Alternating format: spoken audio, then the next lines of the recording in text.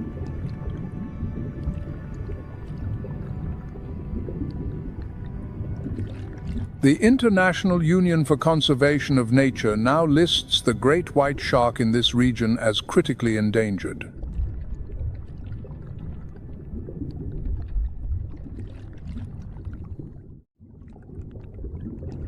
Unlike the sudden, silent presence of the great white shark, the blue shark is seen more frequently, yet it remains an enigma.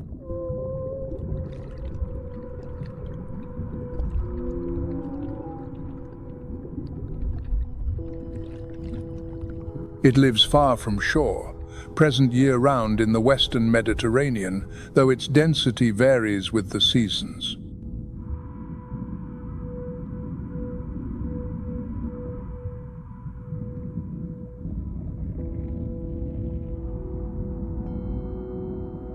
Satellite tag data show that from May to October, blue sharks are most concentrated in the Alboran Sea.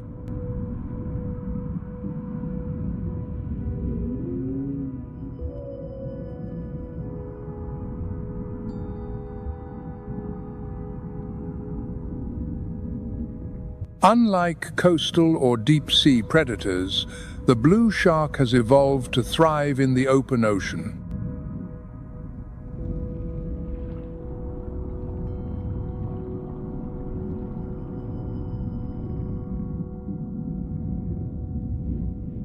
Its deep indigo back fades to a turquoise along its flanks and a silvery white underneath.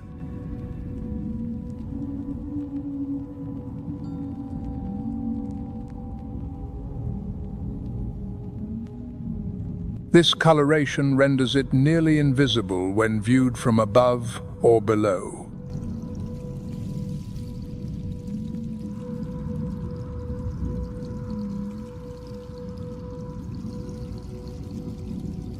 In the deep blue waters of the Mediterranean, a sleek silhouette shimmers with turquoise and glides by.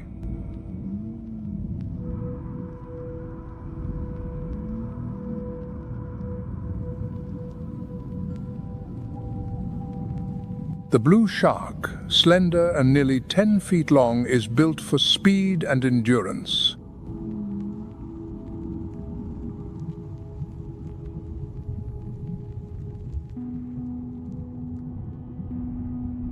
Its keen sense of smell can detect dilute traces of blood from hundreds of yards away.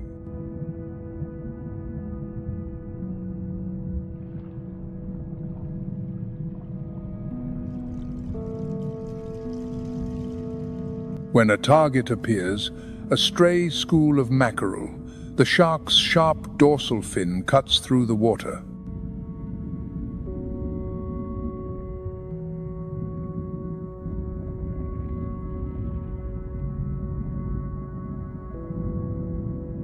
Reproductively, blue shark embryos develop inside the mother's body and are born fully formed.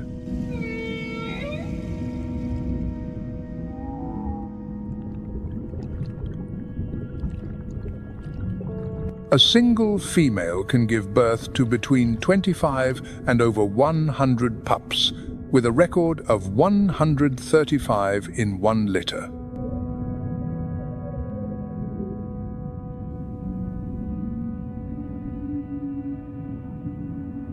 Blue shark fins are particularly prized in Asian shark fin markets.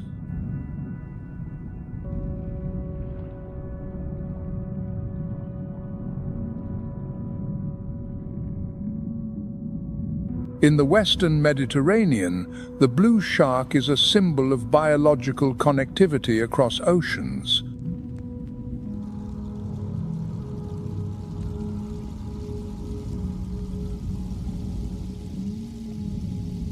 As the blue shark cuts through the open ocean like a living blade on its hunts, far below at depths of 1,000 to 1,600 feet, a colossal silhouette silently emerges.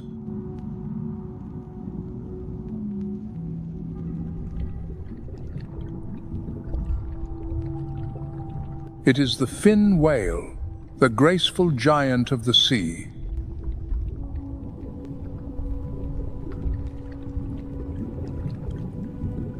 This awe-inspiring creature can reach up to 79 feet in length and weigh around about 170,000 pounds.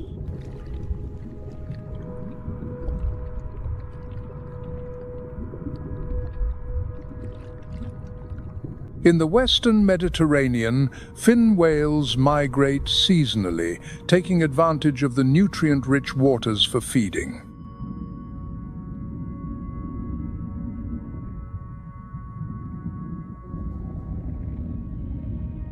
Despite their enormous size, their bodies are elongated and hydrodynamic.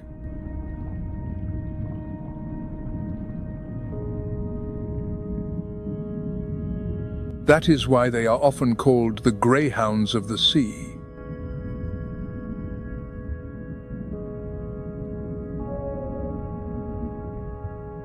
One of the species' most unique features is the asymmetrical coloration on its head, particularly along the lower jaw.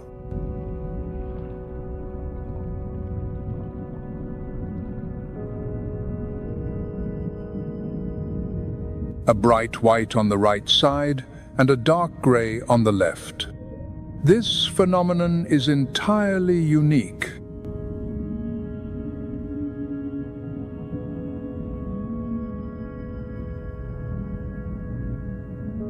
With a swift burst into a school of krill or small fish, the fin whale opens its mouth wide, expanding like a vacuum.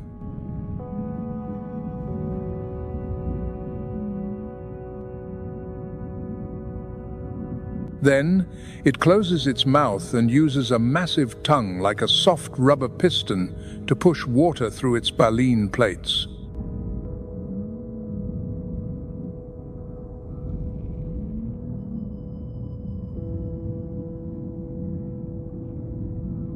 This behavior requires a perfect combination of speed, mouth, volume, breath control, and mechanical precision.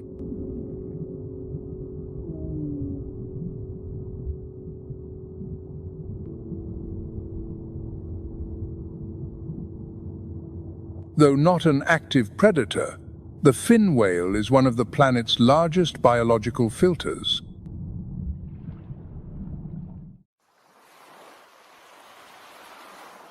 In the heart of the Mediterranean Sea, where the surface waters deepen to a dark indigo as they drift offshore, the striped dolphin is a common sight.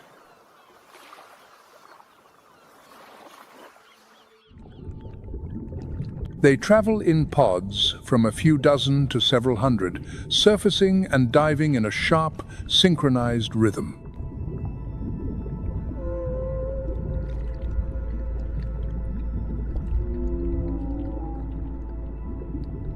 With a slender body about 6.5 to 8 feet long and distinctive black stripes running from eye to flank.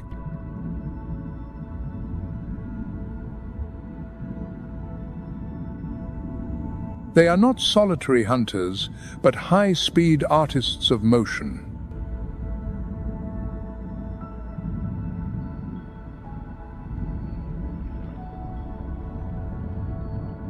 In the Gulf of Taranto, surveys from 2011 to 2015 recorded an average density of about 2.5 individuals per square mile.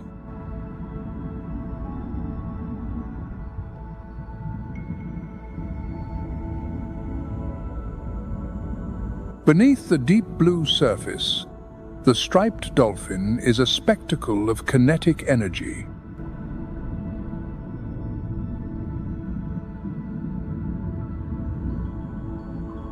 They can leap 20 to 23 feet into the air, twisting their tails mid-flight like the ballet dancers of the sea.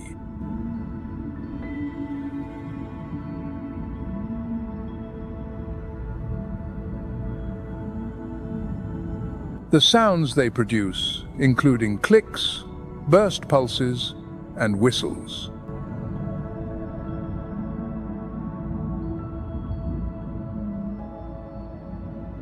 They descend into the mesopelagic zone, rich in squid, fish, and crustaceans, using their advanced echolocation abilities.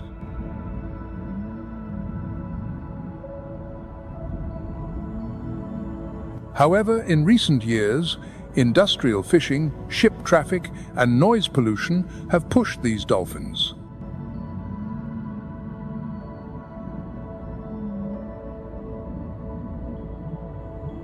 However, data from the Habitats Directive Monitoring Program offers hope.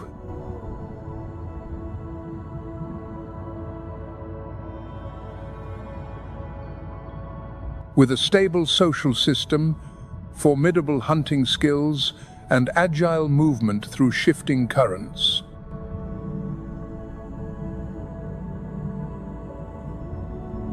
Just beneath the waves where the striped dolphin just vanished into the deep blue of the central Mediterranean, a long, sharp silhouette silently emerges from the deeper waters. It is the swordfish, the solitary hunter of the open ocean, wielding a signature weapon.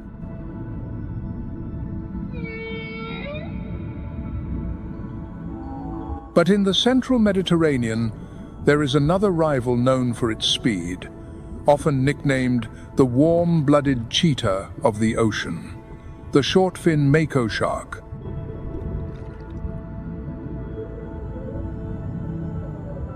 A solitary hunter, constantly in motion, constantly fighting for survival in an ocean that changes daily.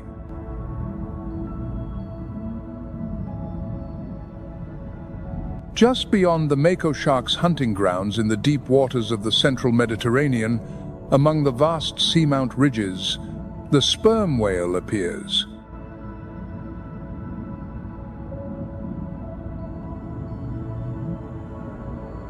Its massive, square-shaped head occupies nearly 1/3 of its body length, housing the unique spermaceti organ.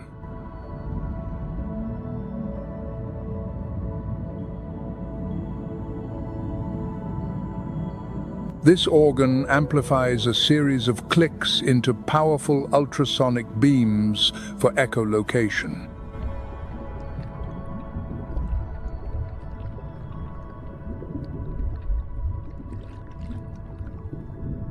A sperm whale's hunting journey often lasts up to 90 minutes.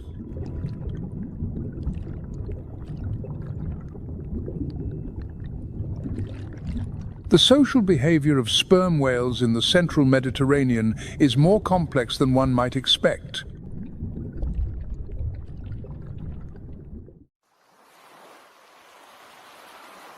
Female whales and their young live together in matrilineal groups, cooperating to raise the next generation.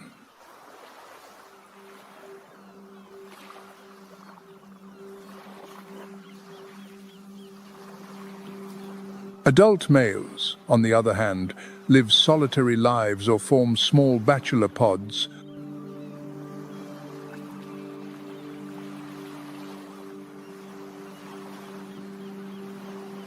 Communication is carried out through a system of codas, rhythmic sequences of clicks.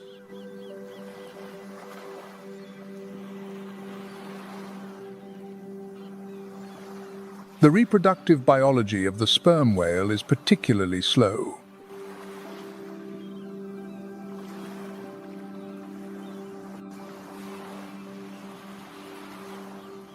Females reach a reproductive length of about 33 to 39 feet, while males grow to about 52 to 59 feet.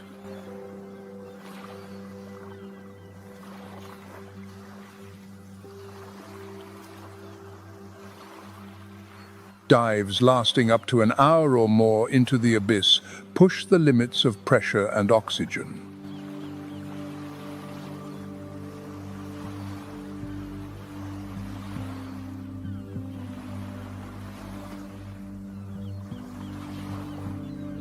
However, studies have found that old whale skeletons often show signs of a vascular necrosis.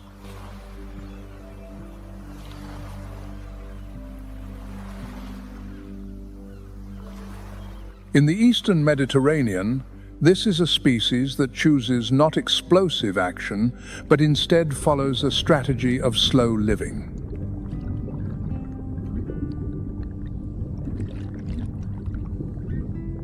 A gestation of nearly 2 years, the longest reproductive cycle of all shark species.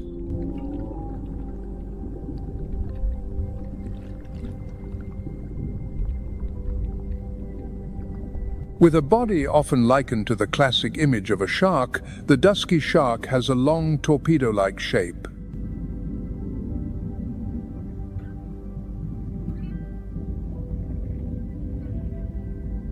Adults can grow over 13 feet long and weigh more than 750 pounds.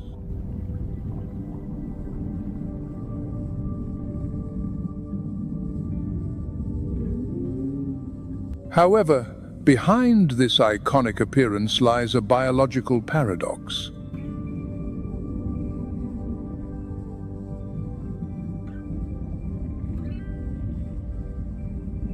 The dusky shark lives a life so slow that it seems out of sync with a fast-moving world.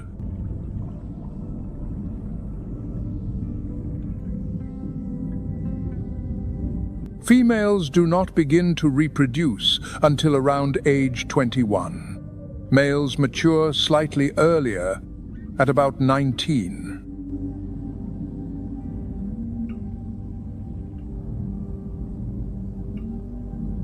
When mating occurs, the gestation lasts from 22 to 24 months, one of the longest pregnancies.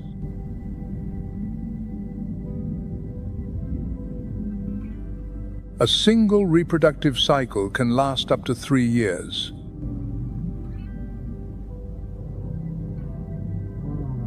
In the eastern Mediterranean, this species moves silently along the coastal currents. In this unusually warm pocket of water, researchers have found adult dusky sharks.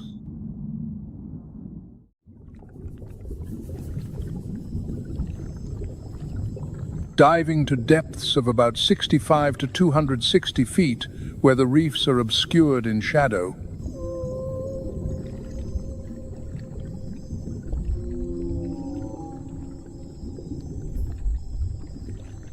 You will encounter a creature entirely different from the dusky shark, the Mediterranean moray eel.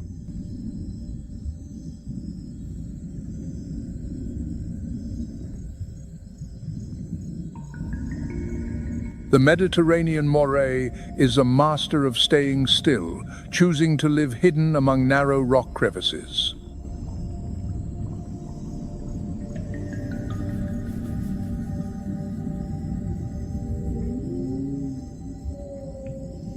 Its long, muscular body is covered in a slippery mucus layer which helps protect against parasites.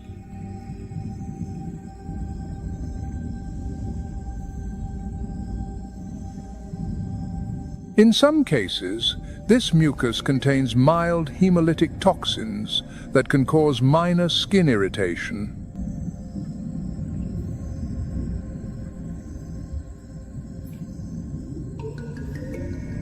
A continuous, ribbon-like fin runs from its back to its tail, enveloping the body in a fluid motion.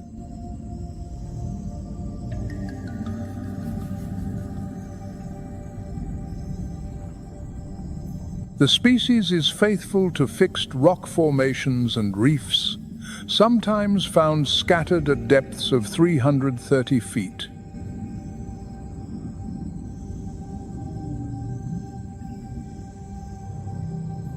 The Mediterranean moray grows slowly, with an average lifespan of up to 38 years.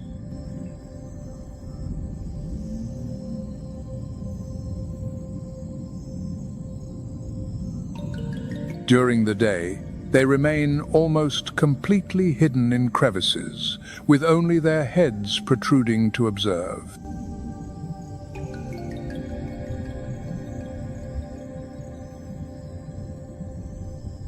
Their diet is varied, but consists mainly of small fish, crabs, shrimp, and especially octopus and squid.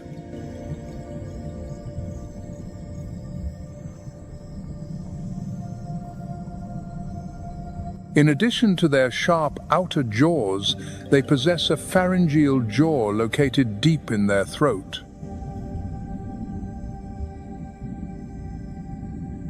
This mechanism operates independently of the main jaw, allowing the moray to effectively capture and swallow prey.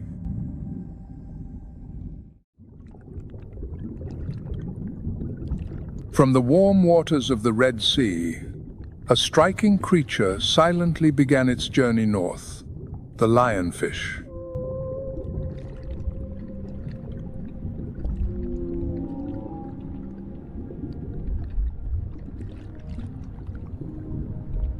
It settled in the eastern Mediterranean, where the sea is clear but nutrient-poor, and where the reefs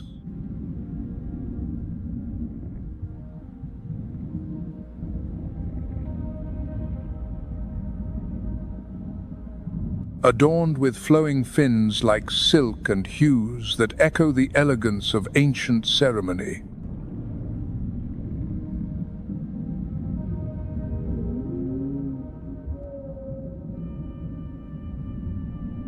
But behind that mesmerizing facade are venomous spines that punish those who come too close.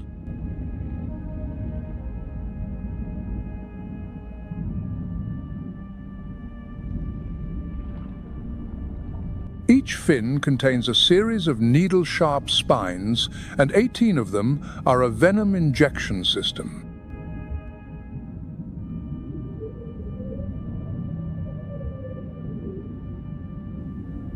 The venom, a complex protein-based toxin, can cause intense localized pain and swelling.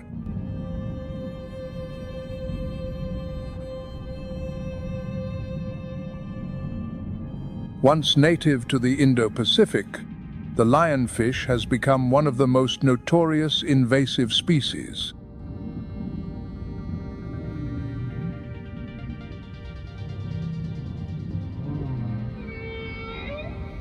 First recorded off the coast of Israel in 1991, it quickly spread throughout the Levantine Basin.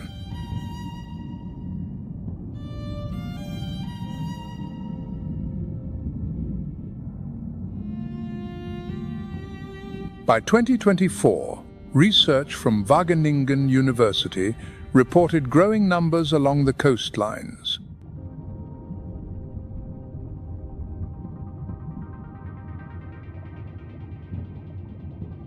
In the eastern Adriatic, more than 120 individuals were recorded on citizen science platforms in just the last 6 months of 2024.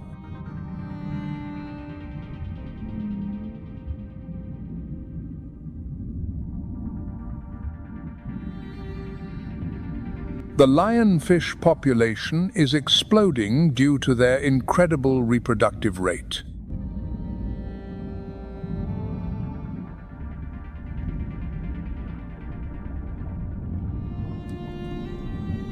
Each female can lay tens of thousands of eggs in a cycle that repeats every few days.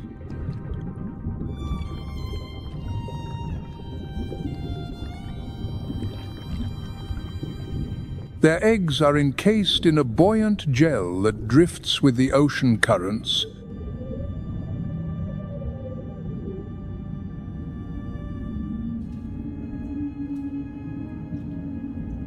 Lionfish are patient hunters.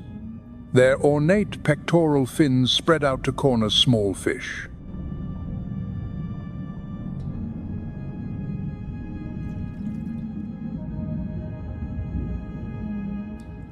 Some individuals even squirt jets of water to disorient their prey.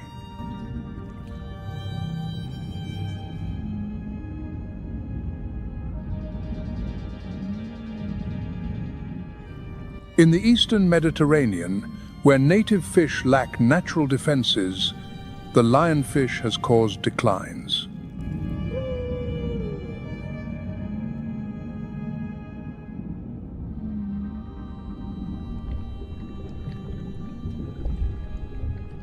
But the ecological impact goes beyond numbers. The rapid loss of native fish disrupts food webs.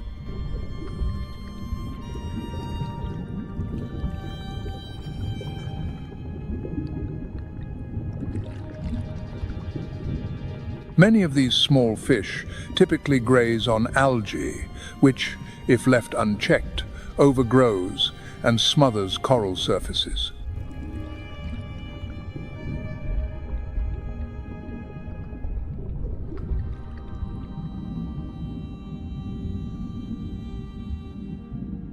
Lionfish do not directly harm coral, but their relentless predation weakens reef systems.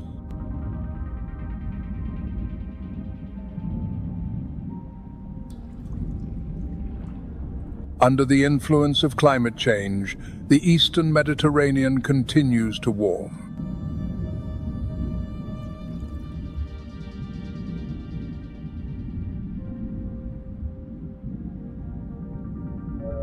Updated ecological distribution models from 2025 predict their westward advance.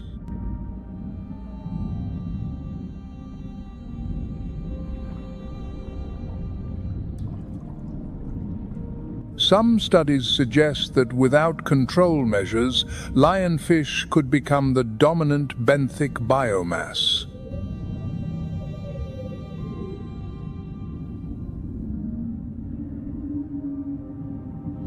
Only 8 to 16 inches long, no one would suspect that it carries a neurotoxin thousands of times more potent than cyanide.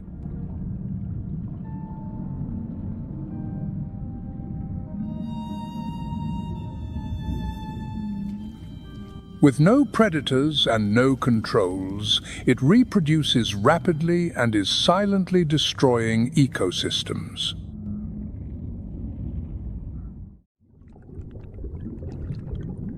From an ecological perspective, the silver-cheeked toadfish is becoming a prime example of an invincible invader.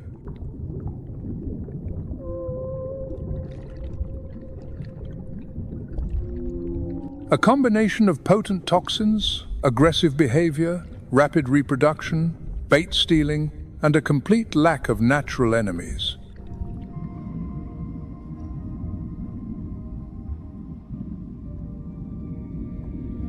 However, because the fish cannot be safely consumed, large-scale culling strategies are almost unfeasible.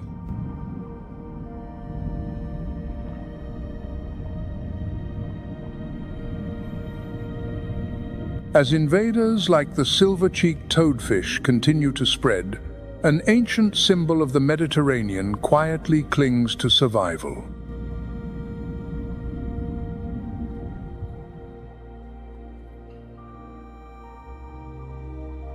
The Mediterranean monk seal, the rarest seal in the world, carries no toxins, has no overwhelming tactics.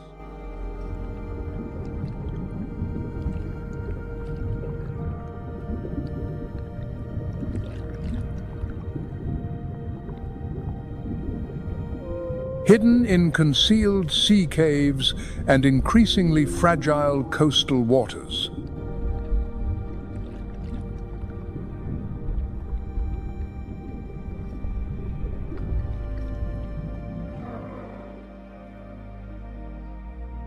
Once common from Morocco to the Black Sea, the Mediterranean monk seal was nearly wiped out after centuries of hunting.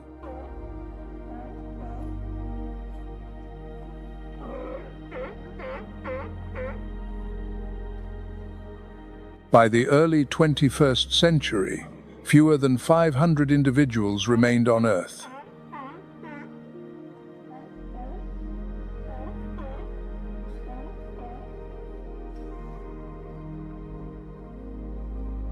Thanks to dedicated conservation efforts, by 2024, the population had grown to an estimated 815 to 997 individuals.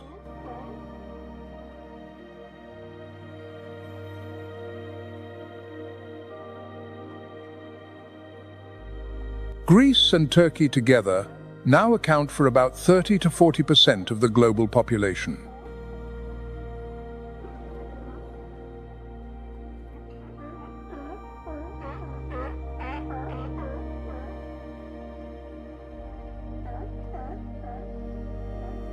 Once giving birth on open beaches, These seals now seek refuge deep within submerged caves.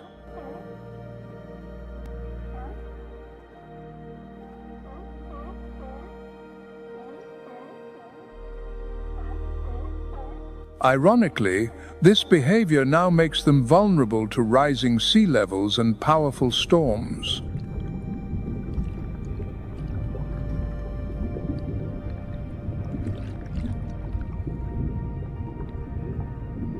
Unlike many pinnipeds that congregate in large colonies, monk seals tend to be solitary.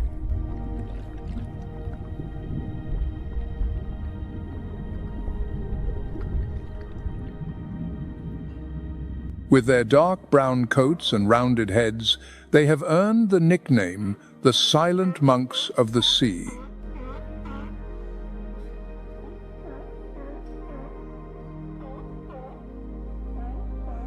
However, their ecological role is anything but silent. As top predators, they help regulate bottom-dwelling fish populations.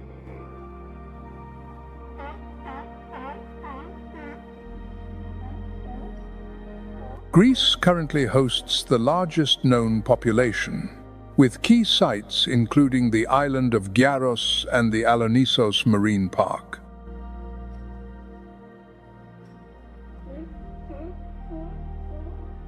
Turkey has recorded about 120 individuals along the coasts of Mersin, Hatay, and Antalya.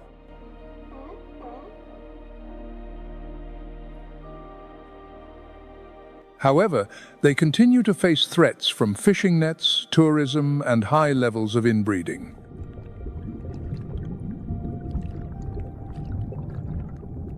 Its return is living proof of nature's resilience when given a chance. As the monk seal dives deep into